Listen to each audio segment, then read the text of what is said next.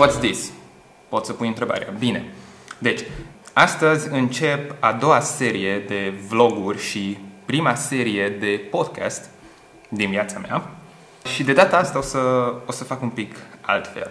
Am aici cu mine domnul Țop Arpad, cine este un prieten foarte bun de al meu, este un client de al nostru la Offerit și o să povestesc cu el un pic despre vinuri și despre young entrepreneurship și o să fac primul meu podcast pe limba maghiară. Deci, termin cu el și după aceea revin la a povesti un pic despre de ce vreau să fac acest vlog, ce o să primiți în acest vlog, cine o să fie prezent în acest vlog și revin în 3 secunde.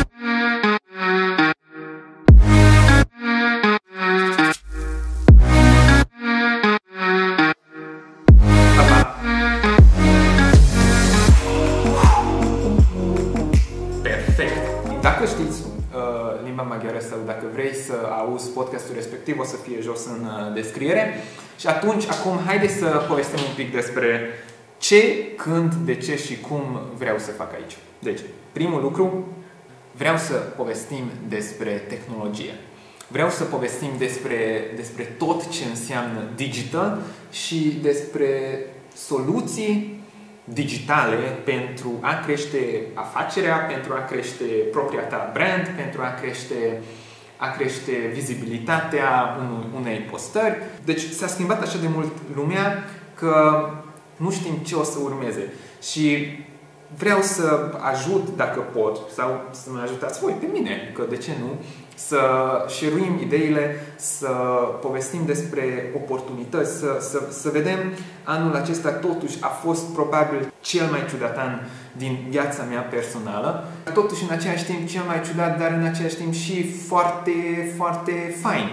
Că am avut niște oportunități, am avut niște realizări, am reușit să ajungem la niște țeluri, poate nu așa de repede și nu așa de accelerat ca și cum aș fi vrut, dar totuși am ajuns la niște concluzii faine și la niște idei și despre asta vreau să vorbesc în seria pe care urmează să facem. În principiu, ideea în spatele vlogului este că am citit și am și auzit de la mai mulți că dacă este o criză, ca și este în momentul de față aici, e timp probabil să schimbi ceva sau e timpul să investești în tine, e timp pentru a începe ceva nou, e timp pentru a dezvolta idei noi-nouțe și e timpul să încerci. Și asta este și ideea mea în spatele vlogului, că încerc, o să văd cum merge, o să văd reacțiile, o să văd ideile, topicurile și măcar pot să zic că am încercat. Hai să arăt cât de fain este acum la malul Mureșului și după aceea mergem înapoi la birou să tragem concluziile și ne vedem data viitoare.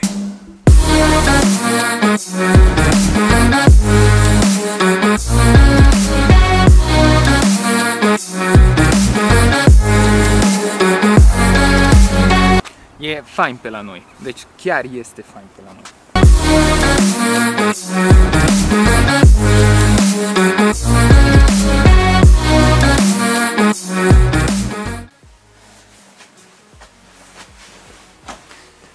Ideea mea generală este una foarte, foarte simplă.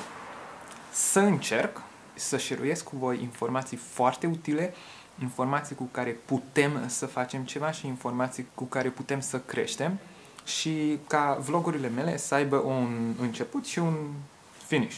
Gen, nu ca și asta, că probabil asta o să fie o zacuscă foarte mare în care vorbesc 5-10 minute și cam atât și n-am zis nimic valoros încă.